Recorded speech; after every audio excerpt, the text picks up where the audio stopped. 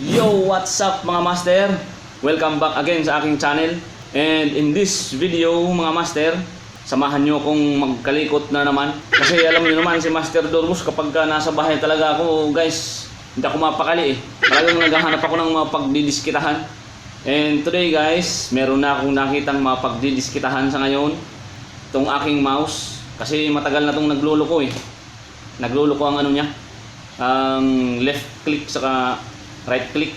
Yung left click niya medyo madalang lang, pero yung sa right click madalas hindi gumagana. Nakakainis pagka ginagamit. Kaya ito na lang ang pagdidiskitahan ko sa ngayon.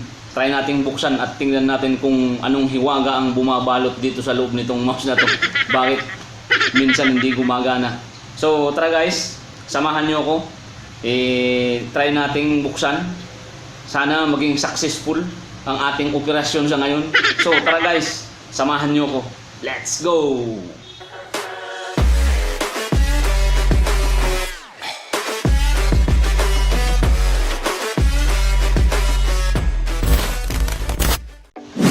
Ngayon guys, testingin natin. Ayan. Ayan. Hindi pumapalo. Minsan okay. Right click, refresh. Yan. Minsan hindi, mabagal. Refresh. Yan. Yan, hindi. Wala.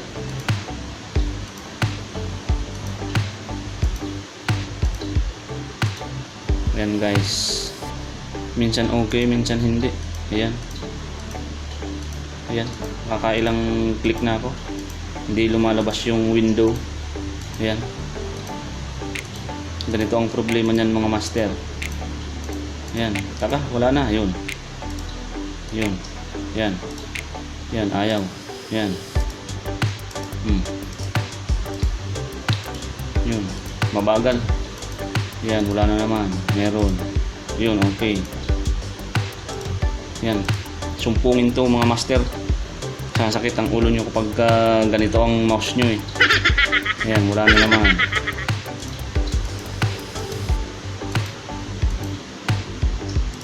Yan, ayaw mag right click na naman. Yun, ganito ang problema niyan mga master. Ayan, minsan okay, minsan hindi. Ayan, wala na naman. Okay, so i-try nating baklasin to. Tingnan natin kung baka marumi lang yung switch sa loob.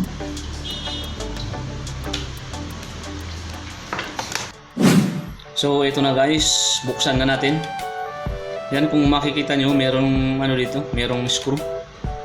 Yan, isa lang yan. Yan, buksan natin. Let's open it up. Yun. Yan, isa lang yan guys. Tapos, tanggalin na natin itong cover nya. Yun. Yan guys, nabuksan na. Yan. Tapos, tanggalin natin itong circuit board dito sa loob. Yan. Basta tandaan nyo lang guys kung paano nyo tinanggal, dapat ganun din pag ibabalik para walang problema. Yan, i-brush lang natin guys yung ano nya, yung prism para malinisan ito. Tapos isama na rin natin yung casing. Ito yung nasa lower part ng casing ng mouse para matanggal yung mga alikabok.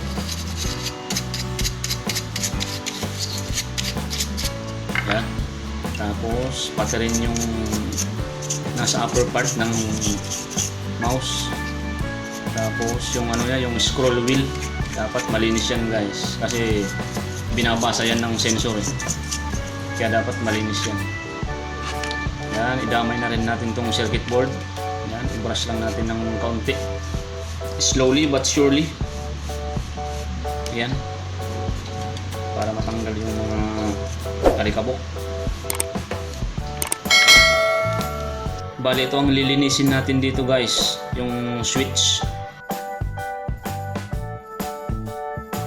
Yan, yun. Mas magandang gamitin ng cutter kasi pointed saka medyo manipis. madaling tanggalin yung lock. Yan, dahan-dahan lang guys para hindi tumalsik, kasi pag tumalsik yan, nawala yung ano, ito yung kulay puti na to. Pag tumalsik yan, wala na, finish na. Yan, kasi yan yung ano niya yung button para ma-press yung ano, switch. Sunod natin tong isa guys. Yan, nandito yung lock niya. Yan. Yan, mas magandang gamitin to guys, yung ano, cutter, yung dulo ng cutter. Ayan, kita nyo naman.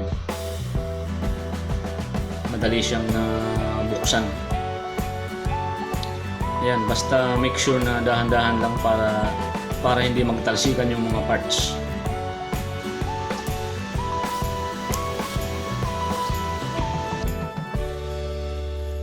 Ang gagawin natin guys, meron tayo ditong used toothbrush saka isopropyl alcohol.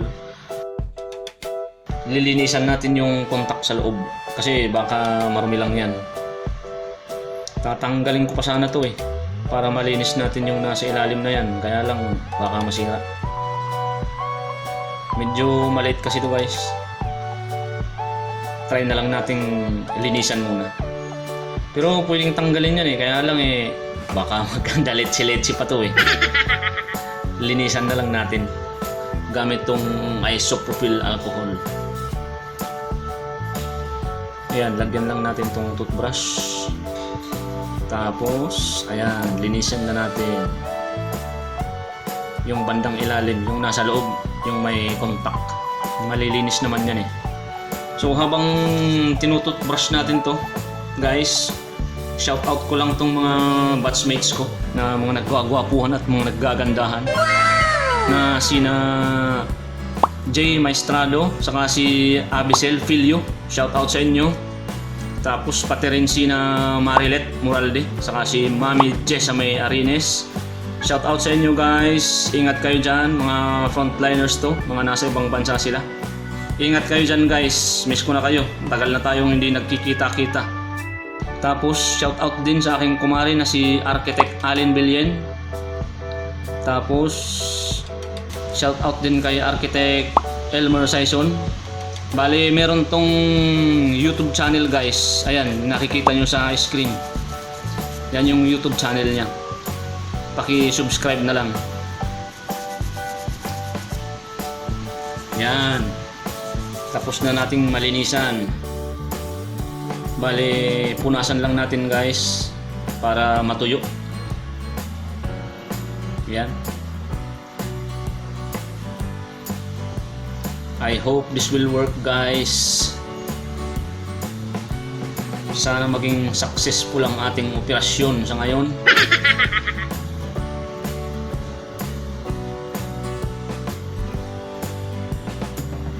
Yan, punasan lang natin para matuyo.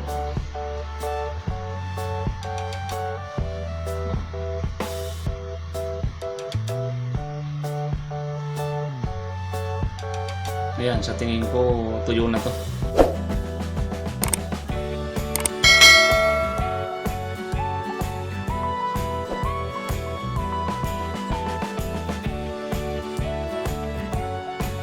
Mag-check natin ang ano niya. Yun, magandang contact. Ibalik na natin guys. Yan, mas magandang ibalik to guys, nakabaliktad yung takip para hindi malaglag yung ano, yung kulay white.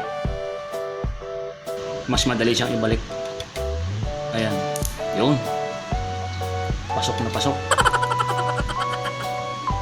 Yun, magandang tunog guys. Magandang sinyalis. Napaka smooth. Suwabing suwabe. Tapos sunod natin tong isa.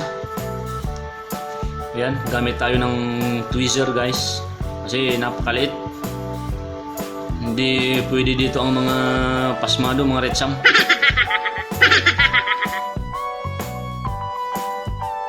Ayan, ibalik na natin. Ayaw nang pumasok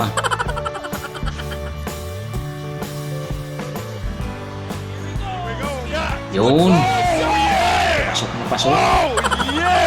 Yan, balik na natin. Yun. Pasok na pasok guys. Ganda ng tunog. Magandang sinyales.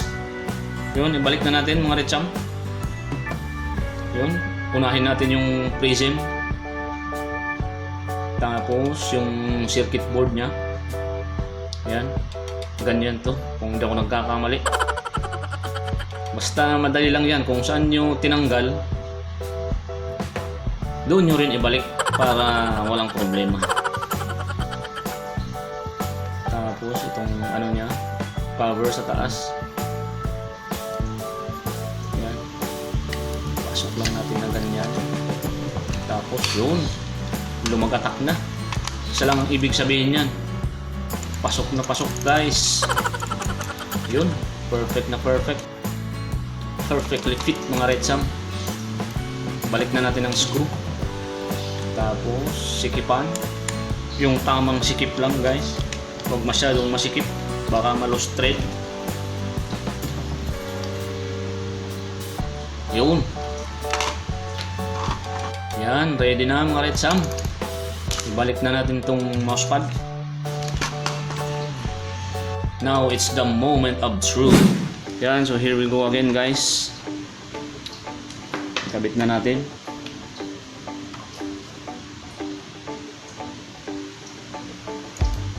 Yun. Yun. Yun guys. Ayos na siya. Yan. One click na. Left, right. Yan. So pagka ganyan guys, wag yung itapon ng mga mouse nyo kasi pwedeng ano yun yan, pwedeng linisin lang yung switch nya. Ayan, kita nyo naman oh. Oh. One click na lang siya mga retsam. Ayan, kitang kita nyo naman ng epekto after nating malinisan yung switch sa loob. Right click, yan, left click, refresh. Yan, one click na siya mga retsam. Yan, kitang kita nyo naman ang ebidensya. Yan. Kaya kung may mga mouse kayo dyan na pumapalya ang ano nya, right click saka left click, pwede pang ayusin yan guys. Huwag yung itapon, sayang lang. Sayang ang pera. Kailangan natin yan, lalo na ngayong may pandemic. Imbis na ibibili mo ng mouse, pwede mo nang ibili ng ano yan, bigas. So that's all guys. Naging successful ang ating operasyon sa ating mouse.